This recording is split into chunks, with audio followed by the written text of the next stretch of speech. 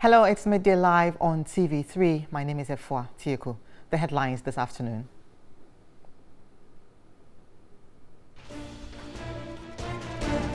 Registration and issuance of national identification cards known as Ghana Card takes off at selected centers in Accra. Members of Ghana Association of Medical Laboratory Scientists withdraw their services. Italy's President Sergio Mattarella faces impeachment after he vetoed a choice for finance minister.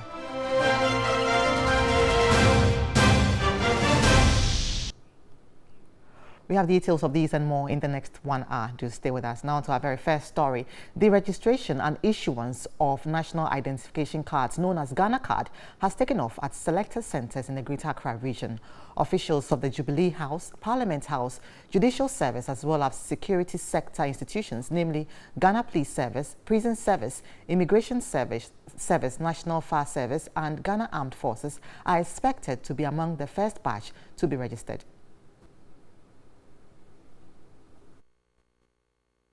The NIA estimates to spend between 3 and 4 months to register people in the key institutions, as well as the general public within Greater Accra.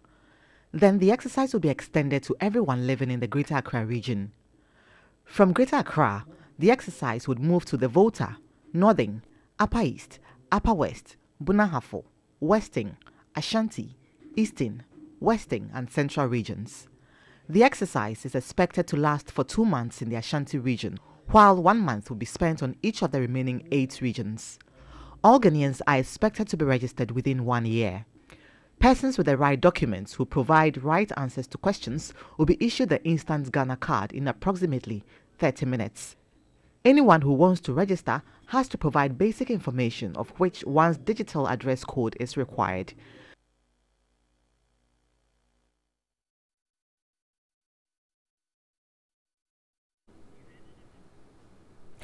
Joining me on the line is my colleague Evelyn Tingma. Hello, Evelyn.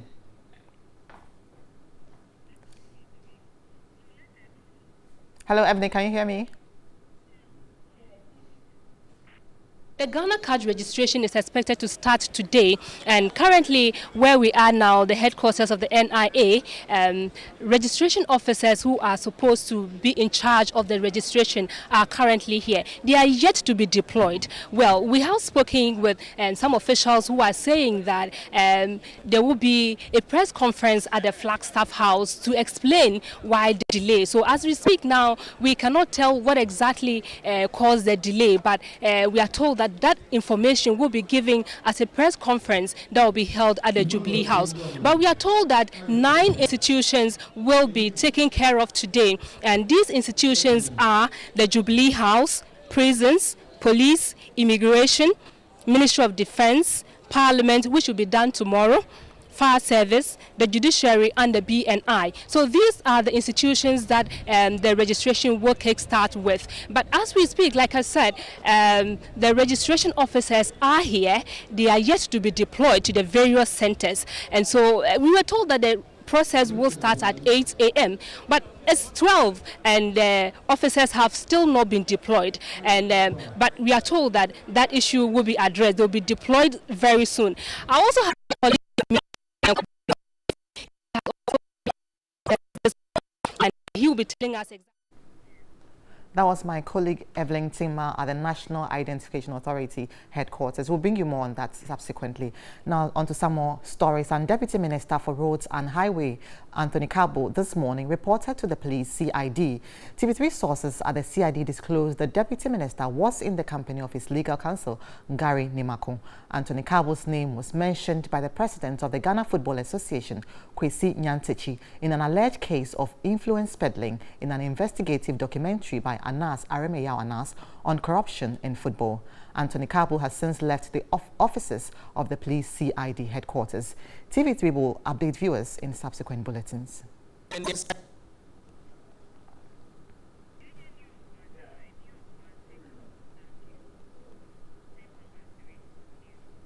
In some other news, a sword cutting ceremony for the construction of a monument will be held on Tuesday, May 29, to commemorate the first anniversary of the death of Major Maxwell Mahama. But at New Obuasi, otherwise referred to as Dintra Obuasi, residents are hopeful no such memorial would be replaced or would be erected in the town. They express fear of being haunted by the unfortunate incident which led to the death of the soldier. Komla Kluche has the following report. An early morning, but the village center of New Obuasi is already buzzing with activity before the locals leave for their farm. Jennifer Murphy seizes the opportunity to sell donuts, which she has done for almost 2 decades. 60-year-old retired soldier Isaka Suleiman is up from bed and readies himself for the farm. Isaka, tell me, you have 3 wives. And the senior one, the simplest. Okay. The one for them, the simplest. She's a hairdresser. And the third one, she's a business woman. You are a big man, you are a big man. We began a journey of 20 miles into his 2-acre farm.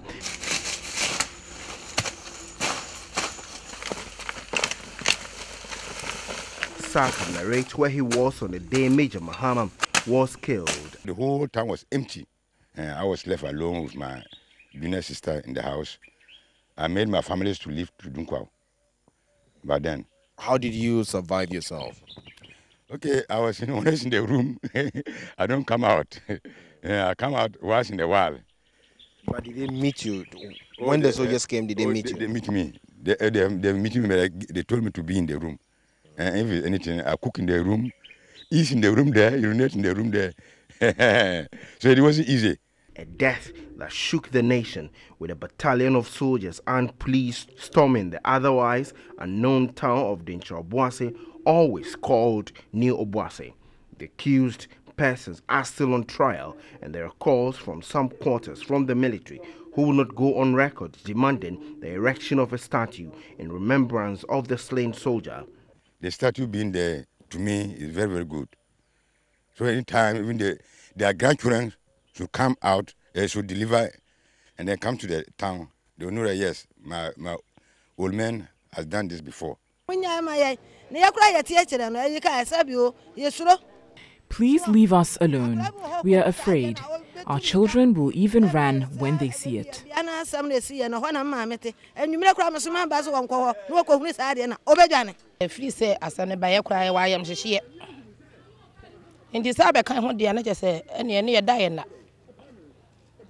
Fear has gripped us. The events linger on. Erecting a statue, that is pressure on us. With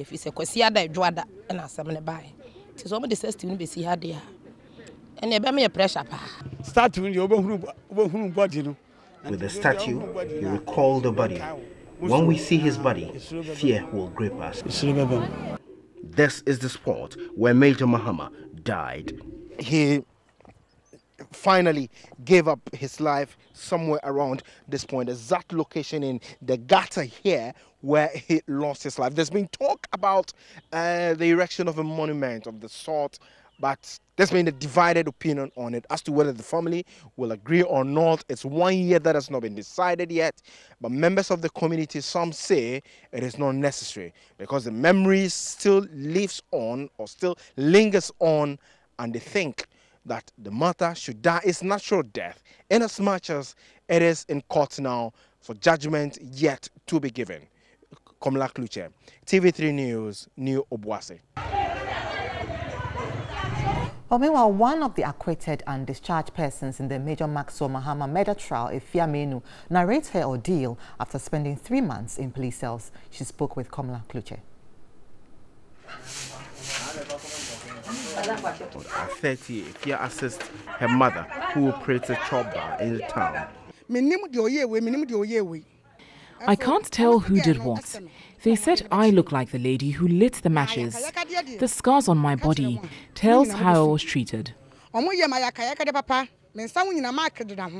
Efia Menu says she has spent her entire life in the town and narrates her ordeal on the fateful day.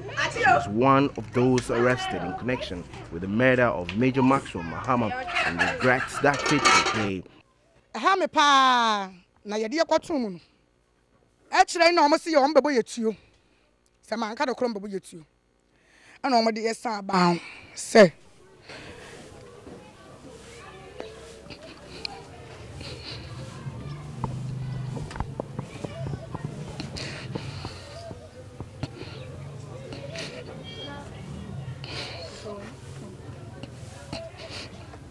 Sabe mom last prayer. They said if I don't tell the truth, they will kill me. The Lord's Prayer was my only hope.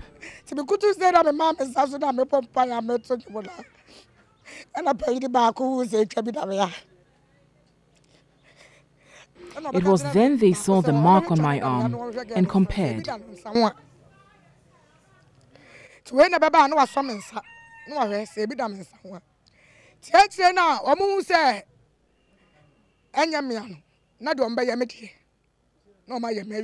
Emotionally drained, the moment of May 29 still stare her in the face. Free cells no buy a chrome half on Omoje was saying. The chrome ya from body man, yes, and Bangam and Commodore Star. Omodomia Cassa.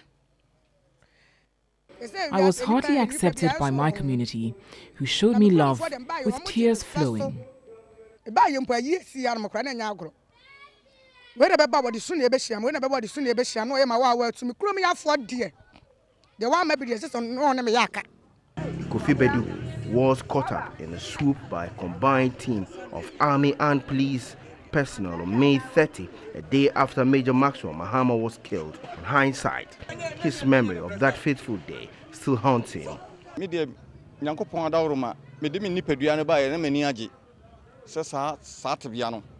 Thank God I came back alive. I was not involved in the lynching. Back in Ifiamenu's home, the family says the stigma and negative reportage of events on that fateful day in the town of New Obuasi unfortunately has affected them, but will not deter them from offering love to the suspects who they believe are innocent. Anna, your bedroom, Quantanum, driver, and he said, Messia. President Jabwase, also President Jabwase means. When I was returning, the bus driver refused to stop in the town for me over stigma. I persisted until he budged. And I'm saying, I would to can if I will. You know, was on man out to carnival. Miss Messuo. To her number of no see me. I'm not a day and this is your crown style. Who to cry a crop a baby crying a day, ye pamon. What for car? Nasa what to care ma and some I can. The stigma is so high. If you are not patient, you always engage in a free-for-all fight. There be a overcome our camp. Now, when you're chino. And you had no for say to come, that's a year cry into me any day, young can be. But as heart-wrenching as these stories of the acquitted and discharged suspects are, the community is not giving up on them. These experiences, quite emotional as they are, for one thing, she's resolved that it will not deter her from doing what she's been doing. She has never been engaged in any form of brutality or crime, but she'll continue to serve people that she serves as a trader and will remain a trader for the rest of her life. Komla Kluche, TV3 News, New Obuasi. Now, the Ghana Association of Medical Laboratory Scientists says members will from Monday, May 28, withdraw all of their services across the country. Their services include blood banking and transfusion, surveys and surveillance reports or support. The action by members of the association is in protest against salary discrepancies for about 6 years after the introduction of the single spine pay policy.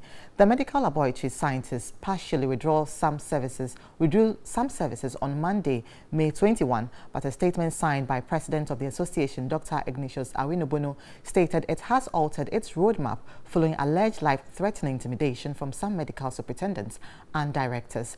The association alleged some medical superintendents and directors have asked unlicensed personnel to operate laboratories in their absence, which is illegal and expose patients to serious health risk. According to the association, it deployed a work to rule on humanitarian grounds with the hope their issues would promptly be addressed, but that has not been the case. So I have in the studio Patrick Nsobila. He's the Northern Regional Chairman of the association. Welcome, Mr. Nsobila. Yeah, welcome. Thank you. Right. Yeah. Has the association heeded to the call to strike? Your members, I mean. Yes, of course, because these are issues that are not new to our members. And actually, before this current action, members themselves at the last Congress gave us a mandate as national executive members to pursue this cause in their name, and they are all ready to fight for this cause. It's a fight for justice, it's a fight for improvement of our services. So as we speak now, your members are not working? Nationwide, our members are not working. So do you have up-to-date report? Because you also mentioned that your superintendents have employed the services of unlicensed personnel. Yes, that is what makes this issue more troubling, because this is a decision we arrived at as far back as in February and issued a communique that was from the National Executive Meeting tabling out these demands. It's not only about salary discrepancies, but key among them is the creation of medical laboratory directorates across the tiers of our service delivery. This is because we have the desire and we have been trained with the right human resource capacity to improve our services. So you can confirm that unlicensed personnel are manning the laboratories right now? Right now we are picking news that in some facilities they've resorted to unlicensed personnel, and I think that is a matter that will bring to the attention of the Allied Health Professional Council, because this is a regulated profession that people need to be licensed and in order to practice. So we are not going to sit down and contain the situation whereby, because the danger is that you end up trying to improvise and you even compromise the health of our patients. So it means that is not what we want. So this we want means the that issues addressed. So this means that the strike then has been compromised because some persons are working in your stead? No, it's not totally a compromise from the information we have, because I, as a regional chairman, I know what is happening in my region, for example, and there are a lot of reasons. This unfortunate situation is putting pressure on quality healthcare delivery, and it is not possible in a country that you pretend to be giving quality healthcare delivery when the laboratory professionals who have been trained, we have various cadres of scientists working in the laboratory, and we've been trained to deliver this job, and we only need the necessary systems and policies in place to deliver quality. And that is what we are fighting for. Apart from the TO, the single span payment that has protected for over 6 years, we are talking of a medical laboratory director whereby licensed professionals manage and come out with policy that will ensure that we have quality laboratory services across the country. You can allude to the fact, if you go around, there are several times you see that the results from one lab will look different from results. That is what we want to eliminate. And this one, we need to be empowered by law to manage our own affairs.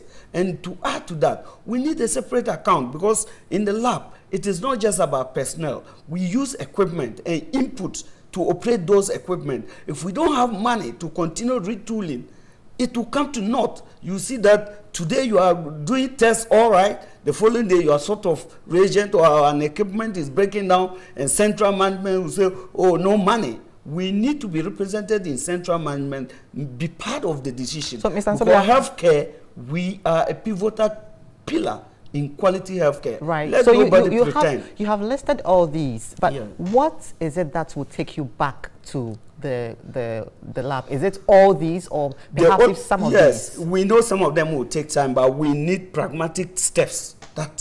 What do you want to see first? We want to have a discussion, because that's what we've been looking for. But fortunately, the Minister of Health promised to meet us today. But unfortunately, I don't know what time.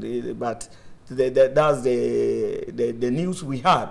We want to see concrete steps, because some of them, for example, the issue of the single spine disparity, I think that one is something that will not take a long time.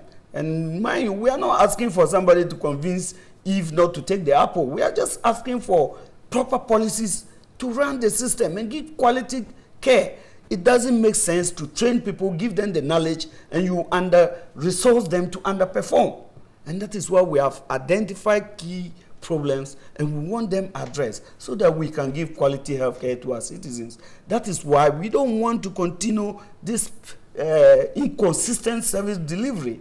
That is why we want to see this thing being addressed so that we can go back to work. So when the minister agrees to meet you today, are you going to call off the strike? It depends on what comes out of the meeting, because he can't just meet us today and we'll call off. We don't know what he's coming to say. Right. Because what we have on the ground is of some of people who know better to sympathize with us. Because in the health sector, we are not the first people. We are the people who least go on strike. And when any group has their concern and they go on strike, we don't go to disturb them or antagonize them on the ground. We pray that policymakers address their issue, and that's what we are expecting. But we have in a case whereby medical superintendents and directors are threatening people that I have a patient, if you don't open your lap and do the test for the, and the patient die, I'll make sure you also die. That is not the type of confrontation we want. We are law-abiding citizens who want to sit down on the negotiating table and discuss issues and see steps that we can take to address some of these concerns, so that we know that we are in a civil society, but we are not going to be intimidated by anybody. Right. Yeah. Thank you. So I'm joined on the phone line by my colleague Sarah Paco. She's at the Accra Regional Hospital on this particular development. Hello, Sarah. Yes. Yes, good afternoon to you. And where exactly are you and what can you tell us? Well, I am currently at the Greater Hospital. The Ghana Association of Medical Sciences are on strike. There are a couple of patients, I can count 20 of them, who are here to collect their results. Some are also here to bring in new samples to be tested so they could present to doctors for treatment to commence. But the workers here are insisting that they are on strike, so they would not attend to them. Earlier, I have been to the nation's premier hospital, the Kolebu Teaching Hospital, where a lot of patients are also sitting down unattended to, while the workers are just sitting by, receiving calls. Some are eating, not caring what is really happening. There are patients who are actually coming to do blood transfusions, get their blood groups so that they can go and have their operations, but they are sitting down unattended to. So the strike is really having a severe impact on delivery. At the Greater Accra Regional Hospital where I am now, there is a lady here, she's called Sandra. She's been here 7 a.m. She tells me that she's here to collect her results so she can give it to the doctor to give her medication. As we speak, she's not quite well. She's very pale. She's trying to see. She's not very well here, and she's telling me she's very frustrated. I want us to speak to her to tell us what she's going to do about the situation now. Hello, Sandra. Please, you are live on TV3. Tell us, what is your frustration with all that is happening here today?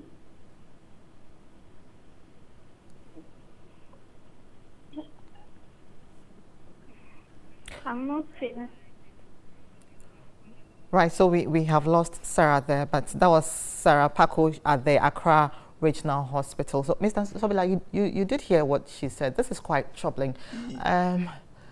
Did it have to be this way? Couldn't you have really pushed to have some agreements with the minister or the ministry? Yes, did it have honestly, to come to this? I feel very sad, and I don't think there's any lab professional who is so happy about this. That is why we came out. I told you these our concerns came out after our national executive meeting far back in February. And on the 29th of March, we sent circular of our communique. Right. And we've given ample time. But you don't know. I don't understand how we run some of this thing in this country. You can imagine, this is Greater Accra. You can imagine what is happening in my region, because we don't have a lot of private facilities supporting healthcare. Right. So you can imagine the number of vulnerable, deprived people that are being denied quality healthcare just because somebody doesn't want to do the right thing. Right. And this is so sad and so pathetic. And I tell you, none of us is happy about this situation. Certainly, you are not happy. Thank you very much, Yeah. Patrick. Patrick Insobila is the Northern Regional Chairman of the Association of Medical Laboratory Scientists. Now on to our MTN video report today. Citizen journalist Nuruddin Zibrim report on a collapsed bridge in Sagnarugu district in the northern region, which residents describe as worrying.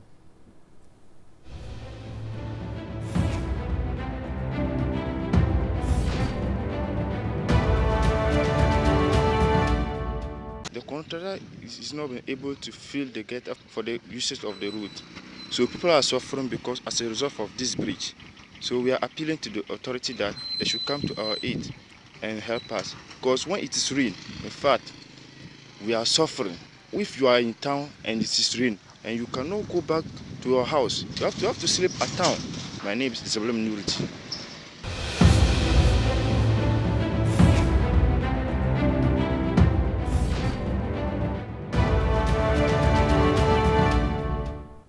Many thanks to you, Nuruddin. Now, you can also send your video report via WhatsApp number 05514330044, 05514330044. You're watching Midday live on TV3. Do stay tuned.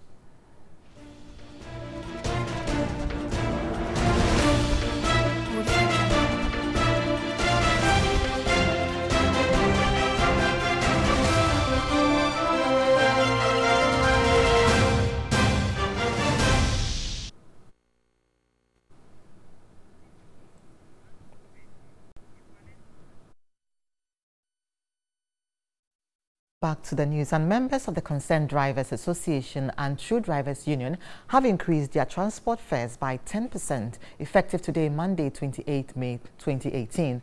This was contained in a statement jointly signed by David Agboado and Yao Berima, PROs for Concerned Drivers Association and True Drivers Union, respectively. Now, according to the groups, the increment has become necessary due to the rapid and insensitive increment on fuel prices in recent times.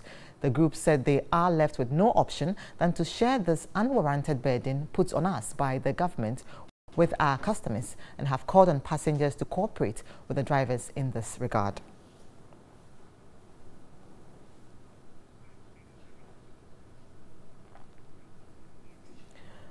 Squatters at Kaukudi Brigade in Accra are pleading with government for an extension of the one-month ultimatum given them to vacate their current location. Government intends to prepare the place for the relocation of the Accra Arts Centre to make way for the Marine Drive project. Right next to the Kwame Nkrumah Memorial Park is arguably the tourist hub of Ghana. The Centre for National Culture, popularly referred to as the Art Centre. It has got everything from woven kente cloth, sculptures to fashion accessories. In fact, it has art and craft from all over Ghana. From their old location close to the Accra High Court, the Art Centre has been at its current location for close to 40 years and has attracted a lot of high-profile personalities, including presidents from other nations. President Clinton, former American President George Bush and Bill Clinton, as well as the King of Morocco, His Majesty King Mohammed, who spent $10,000, have all been here. Spending over $10,000 at our center. Each of the over 1,000 shop owners here pay an annual rent of 204 cedis to government. We could go on and on and on with the creativity and beauty that exists here at the Accra Art Centre. But in some few months to come, patrons may no longer be able to locate the Art Centre at this particular location, as there are plans by government to relocate the Art Centre to Kaukudi. The relocation is to make way for government Marine Drive project along the beach. Work on the project has gotten very close to the Art Centre, putting pressure on the traders. In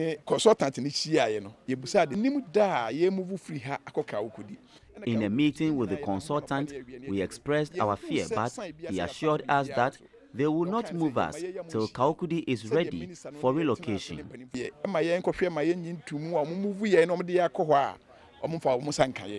This slum community, Kaukudi Brigade, is expected to be the new location for the Art Centre. Residents here admit being engaged on few occasions by government to vacate the area for the relocation of the art center, but are asking for more days. Yanim sa asase na nya ye 2 de wo se ye 2 ana mpuntu so ne ye pe nti na wo so munya mrema ye no munya abotre so maye obi a hwehwe bibia obekọ ba ye nya ye. Most of us are seriously searching for a new place, but we haven't gotten any yet. Residents here were first informed about the relocation 2 years ago, but did not attach much prominence to the notice. We took the warning serious, but they did not show up again. So we were thinking that this time they give us about 6 months' notice to move.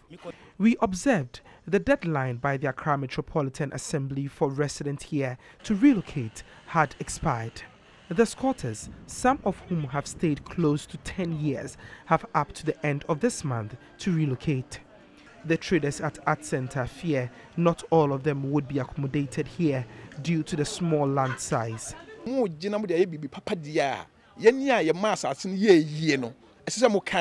made this land what it is today. We are not against the Marine Drive project, but government should ensure that we all get shops in the Marine Drive. The Marine Drive project has space for an art center, but until then, traders would have to make do with a temporary one here. Kwabna Edu JV, TV3, Accra. Now let's go back to issues of transport. And the Ghana Private Road and Transport Union has not increased transport fares. Robert Saba is the National Vice President of the GPRTU, has said his comment comes on the heels of an announcement by the members of the Concerned Drivers Association and True Drivers Union of a 10% increase fares effective Monday, 28 May 2018. Now let's get onto the telephone line and speak with the National Vice President of the GPRTU, Robert Saba. Good afternoon to you, Mr. Saba. Good afternoon to you and all viewers. So have you increased your fares or you have not? That's GPRTU. Oh, we have not increased our fares. But, you know, we woke up this very morning and we heard that concerned drivers or something, they've increased the lorry fares by themselves. They belong to a different union. Their information is targeted towards their membership, but GPRTU, Protua Cooperative, GRTCC, we have a way of, you know, increasing the lorry fares. We do so in unison. We come together, we think about, you know, the percentage. We employ the service of a consultant who assists us in this endeavor. Then we move to the Ministry of Transport for confirmation. And currently, we've reached the final stages of the negotiations, and very soon we will come back. You see, it is transport fares when they come like this. It affects, you know, most of the citizenry. That is why there should be check and balances. You and I know, any man vested with power is likely to abuse it. And therefore, there should be check and balances. So that is why we think it's appropriate to get to the Ministry of Transport, you know, for confirmation. So you are saying this group, that's the Concerned Drivers Association and the True Drivers Union, were not part or are not part of this this group that you are negotiating with? They are not part of GPRTU, neither are they part of Protua or Cooperative. They have formed their own union, and we are also not part of them. But you are saying that you are in negotiation and then you would be increasing your prices very soon. Is that the case? That is the case, yeah. We will come out very soon. So they have only gone ahead of you? Well, that is, they are directing their information to their members. Whether they even have membership is another, you know, issue to be discussed at another forum. So when are you likely to announce the increments? Very soon. It will not take time. I believe within this week we shall be able to do that. And is it also going to be like a 10% as they are mentioning here? Oh, I don't have the authority, you know, of the other group to, you know, come out with the percentage increment. And I've told you that we are still on the negotiating table. When that is conclusive, I'll be able to say a definite increment, but not now. Right. Thank you very much. We've been speaking with Robert Saba. He is with the GPRTU. You're still watching Midday Live on TV3. Stay tuned. We'll be back shortly.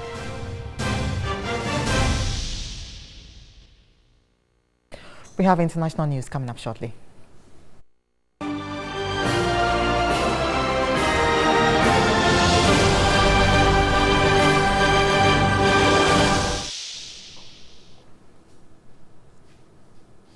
It is the first election since the government signed a peace agreement with the FARC rebel group in 2016.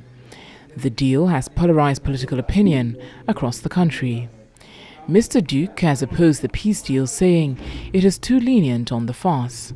But Mr. Petro, an ex-guerrilla and former Bogota mayor, supports the accord. Incumbent President Juan Manuel Santos cannot stand again after serving 2 terms. The candidates have mainly campaigned on issues such as inequality, unemployment, housing and corruption.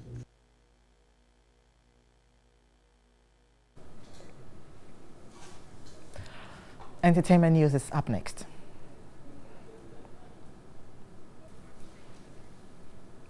"12-year-old rapper and student of Kids Paradise School Samuel Owusu, aka Young King Clef, is the winner of Talented Kids Season 9. The versatile rapper rose above competition from bassist Pinal Dodo, rapper Hakim, and Ashaiman-based band Luther King Band to win the competition. He won a cash prize of 10,000 cedis, a trip abroad, and 15,000 cedis worth educational investment.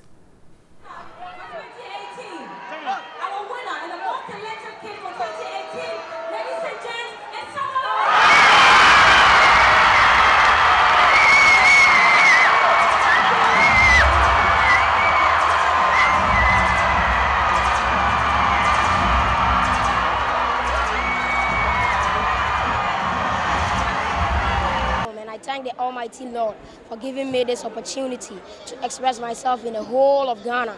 I thank the Almighty Lord, and I dedicate this winning to my sister, Newsrat Ntiwa. Rest in perfect peace. At that point, before the judges declared a verdict, it was between yourself and Peniel. And what was going through your mind at that crucial moment? I was a bit nervous though, but with God, all things are possible. So God did the whole thing for me. And also, we saw you on stage with Sarkodie. He is a celebrated rapper, and a lot of people look up to him. You also look up to Sarkodie. So how was it performing with the rap king, King Sark? It was very enthusiastic. It was very grateful, yeah. To perform with a big superstar like that, I think it's not an easy job.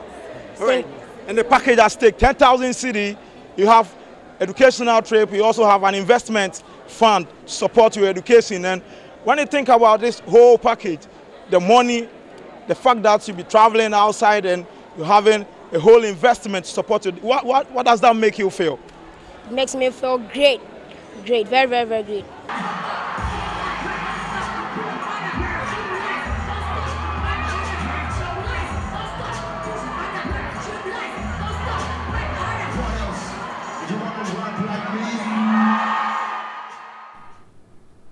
So what informed the decision to crown rapper Samuel Owusu as winner of Talented Kids Season 9? According to judges, the versatile rapper's consistency, great lyrical content, and amazing showmanship won him the ultimate.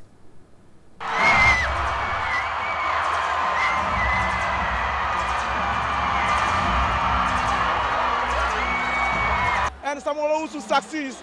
DJ Switch, who happens to be Season 8 winner of Talented Kids, and Judge Benedict, what informed this very decision, and we realized that it was well accepted by the crowd here. Samuel has been very consistent since the first episode. It's one person who never, got near to eviction, and it's stagecraft, it's lyrics, it's content, breath control, everything you want to find in a rapper. It's a professional rapper. Yeah, and from where I was watching the show, it was a close call, listening to the people around, between Samuel Owusu and the bassist. Like I said, it was a close margin. Technically, Peniel stood out as the best for this season because he's very versatile when it comes to instruments. He could play the piano, he could play the acoustic guitar, he could play the bass. And none of the children that we had this season could do that. However, this is showbiz. In the end, the best had really taken the title. What informed this verdict from the judge? Consistency. That's the most important thing in this game. Consistency. From the day Samuel came on the audition right to the end, he was consistent.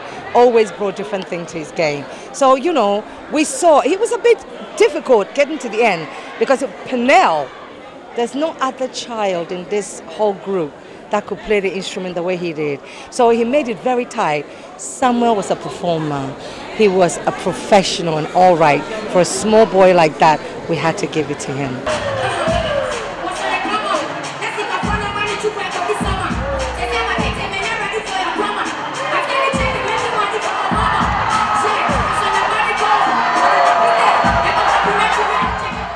Incredible talent. Now still on Talented Kids, winner of season 8 of the kids reality show Eric Katando, aka DJ Switch, is impressed at the amazing showmanship exhibited by winner Samuel Osu. The 2017 Discovery DJ of the Year again wished finalists well in their future endeavor.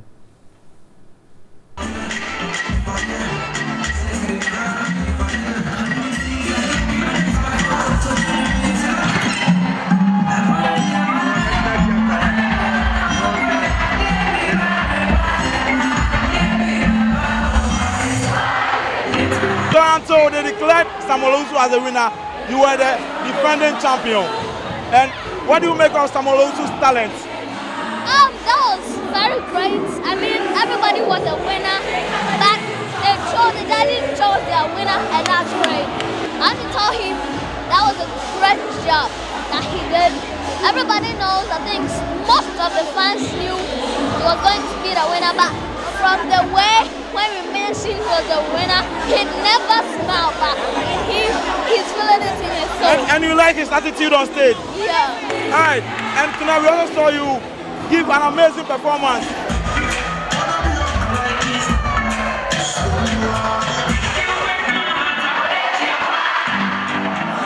You shook the stage very well. And what was the secret? The secret is all about rehearsing, how someone rehearsed and he became the winner, and also rehearsed and came to shake the stage. I want to tell every talented kid that came for season 9 that the person should still continue. That says Samuel is a rapper. Maybe he wants to be the best rapper like Samuel to prove that he's a rapper. He should continue to rehearse, move on, do whatever that will make him the best rapper.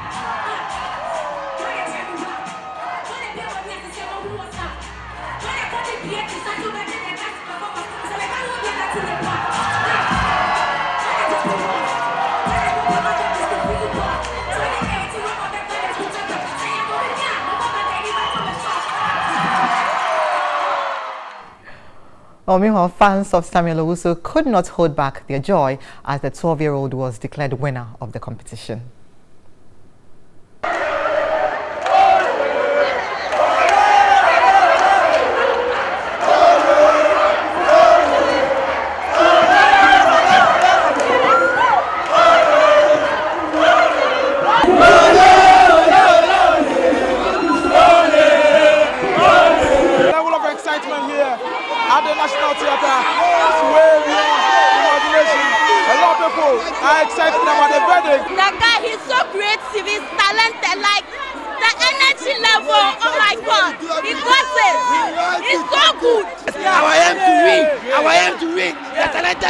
Season 9, Samuel Osu, oh, everyone's expecting Samuel Osu to win, and he has won it. So we're happy.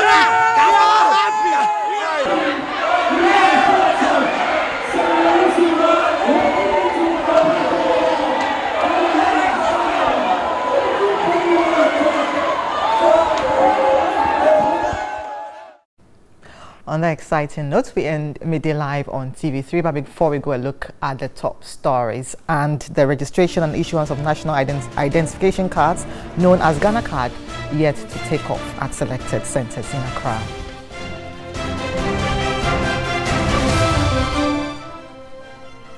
Members of Ghana Association of Medical Laboratory Scientists withdraw their services.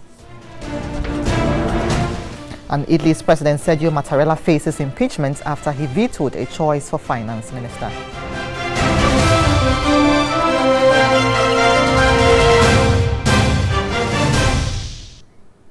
And that's it for Midday Live. My name is Efua Tieku. Good afternoon and enjoy the rest of our programs.